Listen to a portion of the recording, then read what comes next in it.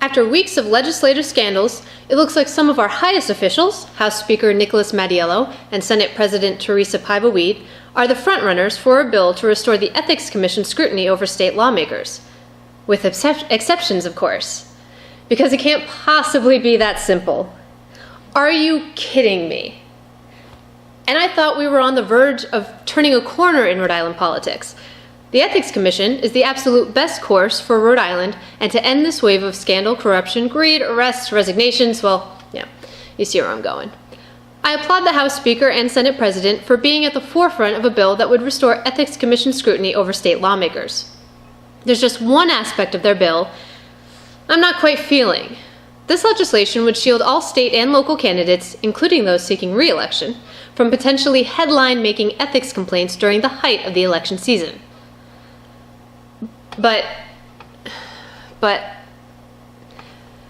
that's when we need the most transparency about our potential lawmakers. I get that we don't want to see gratuitous headlines about candidates and smear campaigns or frivolous ethics complaints. What I'm having a hard time understanding is what exactly a frivolous ethics complaint is. I'm racking my brain here. I just guess I don't know what could be reported, assuming it's not reported with extreme exaggeration in an attempt to sell newspapers. Not that ever happens. I don't even know why I'm mentioning it.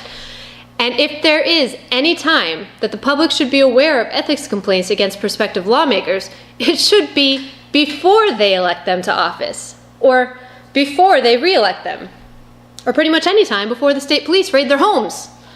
The exemption for candidates would begin the day their person announces their candidacy and ends after the election. So let's say for the sake of argument, that means between the end of June to the beginning of November. That would be around 5 months where the Ethics Commission can't touch you. But plenty of candidates announce runs before that, especially, I would assume, if primaries are involved. So for funsies, let's say half a year. The Ethics Commission can only investigate for half a year in some select circumstances. Why are you putting exemptions on ethics oversight? I don't want to see good people slandered or libeled, depending on the medium, of course, but if someone has an ethics violation, we deserve to know. The voting public reserves the right to decide if it is a violation worth considering and whether or not that candidate is still worth voting for. The legislators don't get to tell us how to vote. The press does not get to tell us how to vote. And if we don't have all of the necessary information at our disposal, then you have taken away the voters' confidence in the system. Let's not assume the worst of our press. I know by now you probably think I'm idealistic, and I am. But I'm confident in my own brain power to see through glamorous headlines and to take in all of the information I can before I head to the voting booth. I am a Rhode Island voter. I want to be aware if candidates for election or re-election have ethics complaints against them. I don't want an exemption that says who the Ethics Commission can investigate and who they can't. It's just the legislators pretending to give me what I want, which is full transparency of a public figure, but really shielding themselves because they don't want to suffer any embarrassments. Are you kidding me?